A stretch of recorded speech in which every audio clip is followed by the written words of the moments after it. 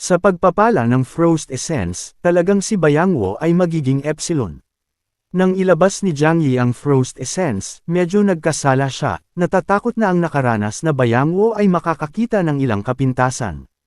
Hindi inaasahan. Sinulyapan lamang ni Bayangwo ang kahon at direktang tinanggap ito.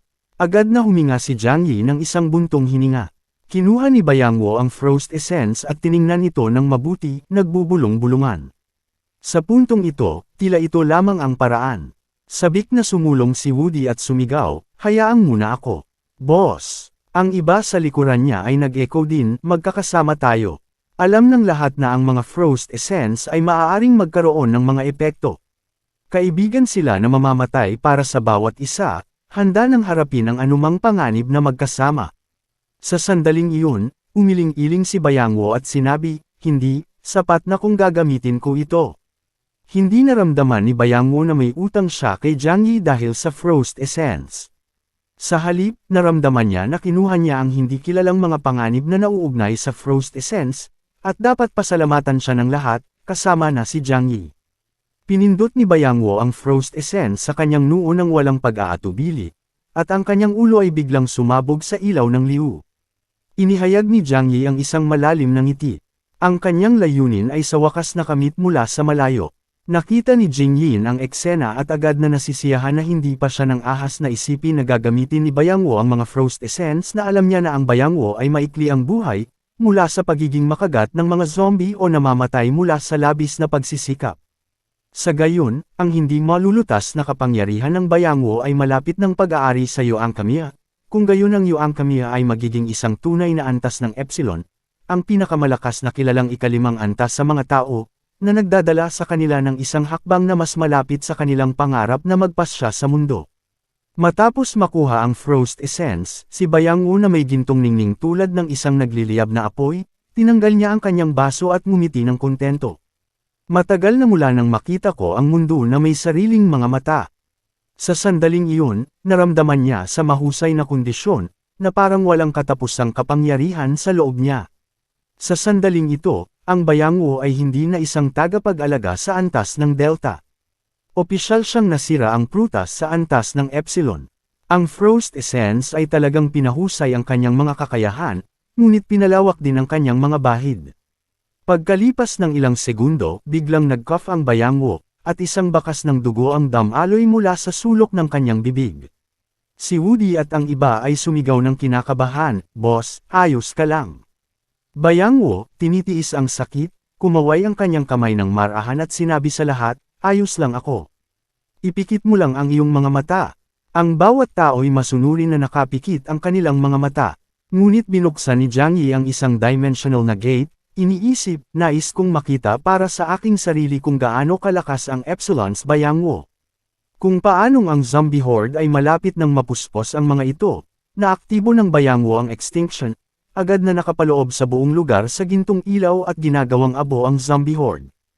Hindi mapigilan ni Jiang Yi na lunukan ang kanyang laway, pag-iisip, ang kapangyarihan ng Epsilon ay talagang nakakatakot, ngunit bakit hindi naiatras ni Bayangwo na sinusunog niya ang kanyang sarili upang maalis ang lahat ng mga panganib para sa kanyang mga kasamahan sa koponan.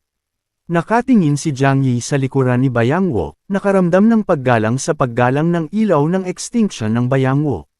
Mabilis na nagkunwari si Jiang Yi na isara ang kanyang mga mata, na parang wala siyang nakita kundi sa susunod na segundo, isang kamay ang nakapatong sa kanyang balikat. Matatag bilang isang bundok, "Jiang Yi, maaari mong ihinto ang pagpapanggap. Huwag isipin na hindi ko alam na napapanood mo." Si Jiang Yi awkwardly chuckled at sinabi, tila wala itong nakaraan na si Kapitan Bayangwo habang nakatagpo ang kanilang mga mata. Nakita ni Jiang Yi na ang tingin ni Bayangwo ay hindi pangkaraniwang malamig, at ang kanyang bibig ay humawak pa ng isang makahulugang ngiti.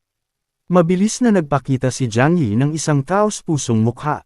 "Kapitan Bayangwo, salamat sa pag-save ng lahat ng Heavenly Sea City." Hindi gumagalaw ang Bayangwo. Ang kanyang kanang kamay ay nagpapahinga pa rin sa balikat ni Jiang Yi, na parang isang puwersa na mahigpit na pinigilan siya. Alam din ni Jiang Yi na ang buhay ni Bayangwo ay maikli, ngunit ngayon siya ay isang antas ng Epsilon. Ang pagiging nasa layo na ito, madali itong patayin. Sa sandaling iyon, mahigpit na hinawakan ni Bayangwo ang balikat ni Jiang Yi at sinabi, ang iyong scheming ay talagang malalim, kahit na nahulog ako para sa iyong bitag. Mahinahon na tumugon si Jiang Yi, pasensya na, Kapitan Bayangwo, ito talaga ang aking backup na plano. Ang sitwasyon ay kagiat, at kinailangan kong gawin ang pagpili na ito o lahat tayo ay namatay. Si Jiang Yi talaga ay hindi nagsinungaling. Siya at Xiang ay nagniningning ng tatlong mga plano. Ang una ay ang paggamit ng Snow Worship Sects, takot sa River South Domain, upang gawin silang isuko ang kanilang hukbo ng zombie. Sa kasamaang palad, overestimated niya ang Snow Worship Sects, control sa mga zombie. Ang pangalawang plano ay ang paggamit ng Frost Essence upang mapahusay ang mga kakayahan ng team at pilit na masira ang zombie horde. Ang pangatlo ay isang plano ng pagtakas upang tumakas sa Heavenly City bago dumating ang sloth ng kamatayan. Hindi niya nais na gamitin ito maliban kung talagang kinakailangan, dahil may paggalang pa rin siya kay Bayangwo, isang matandang kapatid na si Bayangwo, umiling-iling at sinabi sa isang malalim na tinig, hayaan itong wala akong gaanong. Naiwan pa rin ang oras. Sa madaling salita, dapat talaga akong magpasalamat. Kung hindi ito para sa iyong panukala, hindi ko makaranas ng napakalaking kapangyarihan sa mga huling sandali ng aking buhay. Tiningnan ni Bayangwo ang kanyang palad at nagbulong, talagang nakakatakot si Epsilon. Ito ay isang awa lamang hindi ko na ito maranasan.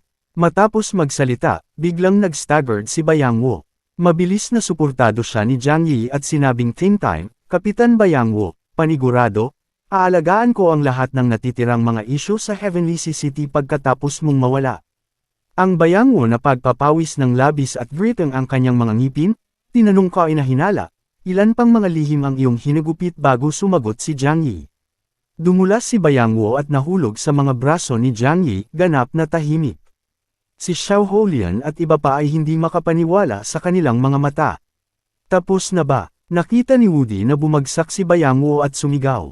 Sumugod siya, inagaw ang Bayangwo mula sa Jiang Yi arms, at hysterically yelled, Kapitan, gumising. Desidado siyang tumawag. Sumigaw si Woody tulad ng isang bata, at ang iba ay mabilis na nagtipon sa paligid ng katawan ng Bayangwo maliban kay Woody, walang sumigaw. Inilagay lamang nila ang kanilang kanang kamay sa kanilang mga chests at tahimik na nagbigay ng parangal sa Bayangwo. Samantala, si Jin Xian ay labis na nasisiyahan, nasasabik na nag-iisip, kahit na nawala namin ang hukbo ng zombie, hanggat ang bloodline ay may sapat na nutrisyon, ang zombie horde ay maaaring linangin muli o mas bago. Pagkatapos ng lahat, ang mga zombie ay hindi bababa sa mahirap makuha na mapagkukunan sa apocalypse, na ang tulala na si Jiang Yi ay nagbigay lamang sa amin ng isang malaking karanasan sa pagpapalakas. Tiningnan niya ang ilang mga pinuno sa bukid, na lahat ay gumamit ng Frost Essence. Ngayon ang Yuan Kamiya ay nagtataglay ng Bayangwo extinction sa pamamagitan ng pagpatay sa kanilang lahat. Malapit na maisa sa katuparan ang kanyang dakilang ambisyon pagkatapos ng pagkamatay ni Bayangwo. Tahimik na humakbang si Bailey, ang kanyang mukha ay wala sa anumang nalulungkot na emosyon, na may pakiramdam na kumukuha ng utos sa isang krisis, mahigpit niyang sinabi, ang kapitan ay marangal na sinakripisyo ang kanyang sarili para sa distrito. Ayon sa mga patakaran ng distrito, pansamantalang kukunin ko ang mga tungkulin ng kapitan, na sinasabi ito, bumagsak siya, kinuha ang aparato ng komunikasyon mula sa Bayangwo Chesh, at iniulat ang kasalukuyang sitwasyon kay Zoshan. Sinusubaybayan ng command center ang eksena at agad na kinansela ang utos ng paglulunsad para sa pagkamatay. Pag-ibig ng marinig ang sakripisyo ni Bayangwo. Nakaramdam siya ng isang twinge ng Agrepo Consult bilang isang sundalo na namamatay sa larangan ng digmaan ay maaaring ang kanyang pinakamahusay na pagtatapos. Ito ay mas mahusay kaysa sa matagal na masakit sa isang may sakit na kama. Naniniwala ako na mamamatay siya ng walang panghihinayang. Tinanong ni Bailey changing, ano ang aming mga susunod na hakbang? Pinapanood ni Shujin ang taglagas at ang Bayangwo kasama ang Sky Eyeside, nagbuntong hininga at sinabi, ibalik ang katawan ni Bayangwo matapos na tapusin ang tawag na si Bailey changing ay tumingin kay Jiang Yi at iba pa at sinabi, kinansela ng distrito ang plano ng paglulunsad para sa sloth ng kamatayan. Ang bawat tao na narinig na ito ay huminga ng hininga ng kaluwagan ng kanilang tinubo ang bayan ay sa wakas ay ligtas. Dumating din si Jin HSN, tumawid sa harap ng kanyang chest, at binigkas ang snow worship, sex, panalangin at estilo. Sa katotohanan, ang kalagayan ng lahat ay masaya. Si Yan Xing ay bingi. Ay hindi nagdala ng labis na kalungkutan. Matapos ang napakatagal sa apocalypse, lahat ay naging manhid sa mga ganitong bagay. Kung mayroong anumang damdamin, pasasalamat sa kanyang sakripisyo na mailigtas ang Heavenly Sea City. Noon lang, biglang kinuha ni Jiang Yi ang dagandong ng dragon mula sa ibang sukat, na tinitigan ng mabuti si Cheng Tian sa harap niya. Nanginginig at tinanong si Cheng Tian, ano ang ginagawa mo, matandang kaklase? Tumawa si Jiang Yi at sinabi, pagkatapos ko ng buhay mo. Siyempre, sinasabi ito, si Jiang Yi ay nag-activate ng 8 bilis ng fold at binuksan ang iba't ibang sukat, na itinulak ng matindi. Ang adamantium na ginawa ni Dragon's Roar ay hindi masisira at agad na tinusok sa pamamagitan ng isang katawan. Hindi nalaman ni Jing Ishan kung ano ang nangyari nang ang kanyang chest ay tinusok ng dagandong ng dragon. Hindi niya alam kung saan nanggaling ang talam, ngunit sa lalong madaling panahon na intindihan niya si Jiang Yi, na higit sa 10 metro ang layo, ay tila sinaksak si Cheng Tian, ngunit ang talam ay nawala sa sukat na binuksan niya, at mayroon ding dimensional na gate sa likuran niya. Ang talam ay dumaan doon. Si Cheng Tian ay nahulog sa lupa, patuloy na dumura ng dugo. Agad na itinuro ni Xiao Holian si Jiang Yi at sinaway, ano ang ginagawa mo? Si Jiang Yi ang isa pa. Nagtipon din sa paligid ng kanilang mga mata na puno ng pagkapagod, kahit na hindi sila nakakasama sa sekta ng snow worship. Noong nakaraan, sumali sila sa puwersa laban sa zombie horde. Sa oras na ito, dapat na ito ay isang oras para sa pagdiriwang, ngunit ang biglaang pagtataksil ni Jiang Yi ay tunay na kasuklam-suklam. Ang Bailey Changing at ang iba pa ay hindi nagsasalita, dahil wala silang interes sa mga lokal na hindi pagkakaunawaan ng Heavenly Sea City. Sa oras na ito, kami at ang iba ay naghanda din para sa labanan. Ang kapaligiran sa eksena ay biglang naging panahunan. Ang Cheng Tian, Xiao Holian at Wei Denghai lahat ay tumingin kay Jiang Yi na may hindi kasiya siya at hiniling kung bakit ang pag-atake ng walang dahilan, kung hindi mo kami bibigyan ng paliwanag ngayon, hindi ito magtatapos. Matapos ang pananaksak ng Cheng Tian, ang mga pari ng sekta ng snow worship ay galit na protektado siya sa likuran nila habang pinoposisyon ang kanilang sarili para sa isang pakikipaglaban sa kamatayan kasama si Jiang Yi. At sa matinding sakit, itinaas ni Jing Gishen ang kanyang ulo at tinitigan si Jiang Yi, na sinasabi, Jiang Yi, hindi ko inaasahan na ikaw ay kasuklam-suklam. Ang welga mula kay Jiang Yi ay hindi kapani-paniwalang mabilis. Bagaman si Cheng Tian ay isa sa mga nangungunang mutants ng Heavenly Sea City, wala siyang oras upang yumapekto, at ang kanyang chest ay tinusok na. Sa kabutihang palad, ang welga ay hindi makapinsala sa kanyang puso at baga, o maaaring namatay siya sa lugar. Sa sandaling ito, nawala ang kanyang kakayahang lumaban. Sumimangot si Wei Denghai at tiningnan si Jiang Yi na hinihiling na kapatid.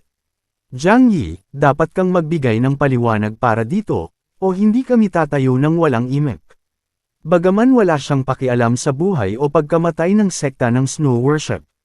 Si Jiang Yi, biglaang, mapanganib na pagkilos ay pinilit silang maging bantay. Mahirap sabihin kung sino ang susunod na target ng kanyang talam. Si Jiang Yi, na may hawak na pag-ungol ng dragon, ay nagsiwalat ng isang nakangiting-ngiti at sinabi, Jing Yan, itigil ang pagpapanggap sa puntong ito, na itinuro ang pag-ungol ng dragon kay Zheng Yishan, sinabi niya, sinasadya, ang tunay na mastermind sa likod ng zombie horde sa Heavenly Cities, ang iyong snow worship sect. Ang mga salita ni Jiang Yi ay malakas na sumasalamin, na iniiwan ng lahat na naruroon sa kawalan ng paniniwala. Pinalawak ni Xiao Holian ang kanyang mga mata, hindi makapaniwala na ito ay totoo.